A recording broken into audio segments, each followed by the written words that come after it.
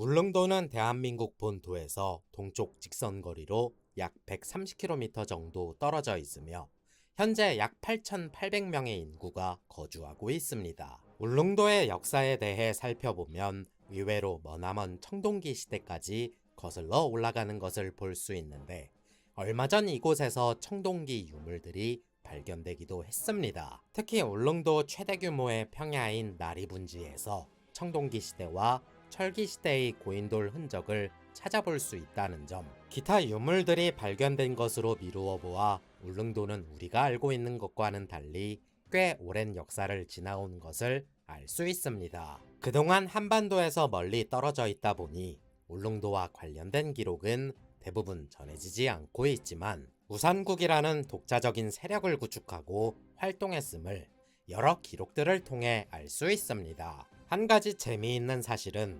우산국에도 설화가 하나 전해지고 있다는 점인데 오늘은 그 설화의 내용에 대해 소개해드리고자 합니다. 우산국은 비록 작은 섬이었지만 동해 바다의 제해권을 아우르며 이웃 국가에게도 막강한 영향력을 행사하던 나라였습니다. 평화로운 나날이 반복되던 것도 잠시 대마도에서 군대를 보내 우산국을 약탈하는 일이 발생하게 되고 우산국을 다스리던 우회왕은 보고를 받자마자 크게 노하며 곧장 군사를 일으켜 대마도를 공격하기에 이르렀습니다. 마침내 그곳에 거센 방어를 뚫고 대마도 왕을 사로잡은 우회왕은 자신들을 약탈한 책임을 물어 대마도 왕을 엄벌에 처하고자 했으나 대마도 왕 스스로가 자신들의 죄를 뉘우치며 우산국을 공격하지 않겠다고 약조함과 동시에 화친의 의미로서 자신의 딸을 내어주는 것이었습니다. 이때 대마도 왕이 내어준 딸이 바로 셋째 딸이었던 풍미녀.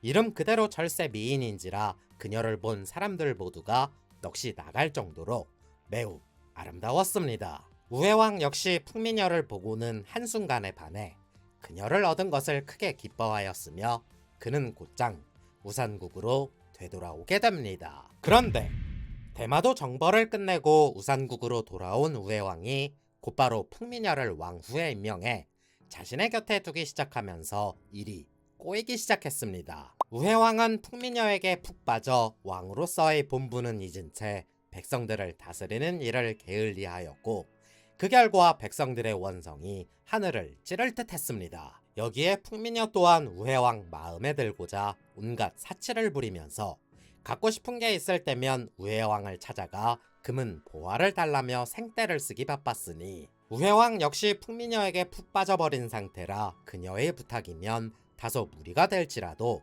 모두 들어주기 일쑤였습니다. 시간이 흐를수록 그 정도가 심해져 풍미녀가 갖고 싶은 걸 구해주지 못할 때면 이웃 국가들을 마구잡이로 약탈해서라도 그녀의 비위를 맞춰주곤 했는데 이를 부당하게 여긴 신하들이 풍미녀를 비난하자 우회왕이 나서서 이들을 모두 수장시키는 등 점점 폭군으로 변해가게 됩니다. 그러던 어느 날 세월이 얼마쯤 흘렀을까 신라가 대군을 보내어 우산국을 정벌하려고 준비 중이라는 소식이 전해지게 되었고 때마침 이 소식도 우산국에 전해지게 되었으니 우산국의 모든 사람들은 불안에 떨며 어쩔 줄 몰라 하였습니다. 그러나 우회왕은 신라군의 침공 소식을 전해 들었으면서도 대수롭지 않게 여기며 더욱 풍미녀에 몰두하고 있었는데 이를 걱정하던 신하들이 앞다투어 우회왕에게 사실을 고할 때면 나라를 어지럽게 만드는 불순한 마음이 가득하다며 처형하는 일이 일어나고 맙니다. 결국 우산국이 해마다 공물을 바치기로 했음에도 이를 지키지 않는다는 핑계를 들어 신라 지증왕이 직접 이사부를 총사령관에 임명해 곧장 군사를 일으키게 됩니다. 이때 신라 하슬라, 즉 강릉시 군주였던 이사부는 지증왕의 명을 받들어 군사를 이끌고 우산국을 정벌하려 하였는데 동쪽 먼 바다에 있는 오랑캐들을 무력으로 진압해서는 쉽게 굴복하지 않을 것이라며 한 가지 계책을 내놓게 됩니다. 아무래도 우산국의 지리적 특성상 한반도에서 멀리 떨어져 있다 보니 내륙에 있는 여러 나라들보다는 문물이 전해지는 속도가 매우 늦을 것이라 판단했는데 그 부분을 간파한 이사부는 당시 신라에서 큰 인기를 끌고 있던 사자를 우산국 사람들에게 보여주면 어떨까라는 생각을 하게 되었고, 출항하기 전 산에 있는 나무를 모조리 베어다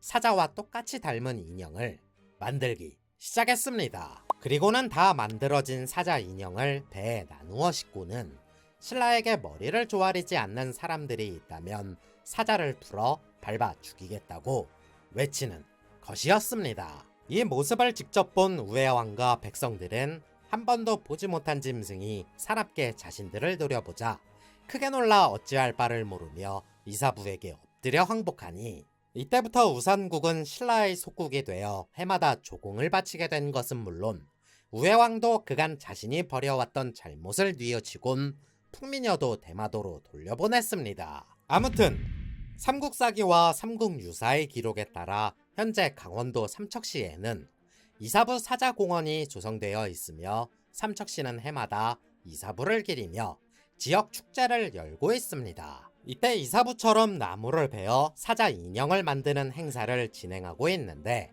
왜 강릉시가 아닌 삼척시가 행사를 주최하고 있을까 생각해 볼 수 있습니다. 삼국사기의 기록을 살펴보면 505년 지증왕은 신라의 주와 군 그리고 현을 설치해 오늘날의 강원도 삼척시를 실직주로 삼았다고 기록하고 있습니다. 즉 이곳 실직주에 이사부를 군주로 임명한 것인데, 그로부터 7년이 지난 512년 이사부는 하슬라주 군주로 다시 재임명됩니다. 그리고 하슬라주로 옮겨간 이사부가 이 시기에 우산국을 정벌하게 되면서 전공을 세운 것이라고 생각해 볼 수 있습니다. 현재 학계에서는 실직주 재임 기간 동안 준비를 하고 하슬라주 부임 직후 출정하지 않았을까 추측하고 있습니다. 우산국에는 이 시기부터 불교 문화가 전파되어 각 지역에 돌로 만든 탑과 불상 등이 세워지게 되었고, 신라가 망한 뒤에는 고려에 조공하기 시작했습니다. 이후 여진족 출신 해적들에게 잦은 약탈을 당하면서 먹고 살기 어려워지자 일부 백성들이 그곳을 빠져나와 고려로 귀순하는 경우도 있었는데, 이를 해결하기 위해 고려 정부에서는 경상북도 울진, 영덕 인근에 그들이 살 곳을 만들어 주어 우산국 사람들이 정착할 수 있게 도와주기도 했습니다. 조선시대에 접어들자 조선 정부는 인구수의 효율적 관리와 외부의 근본적인 출현을 막기 위해서 여러 정책들을 내놓았는데, 그 중에서도 가장 효과적인 방법은 바로 섬에 거주하는 백성들을 모조리 본토로 상륙시켜 살게끔 하는 공도 정책을 시행하는 것이었습니다. 이때 우산국을 비롯해 한반도의 여러 섬에 살던 주민들은 모조리 본토로 강제 이주되는 경우도 있었으나 19세기 무렵 다시 우산국으로 돌아가 정착하는 사람들이 늘어나기 시작하면서 지금 울릉도에 살고 있는 사람들은 대부분 이분들의 후손이라고 볼 수 있습니다. 이야기가 재미있으셨다면 구독과 좋아요를 눌러주시고, 마음에 들지 않는다면 싫어요도 눌러주세요. 감사합니다.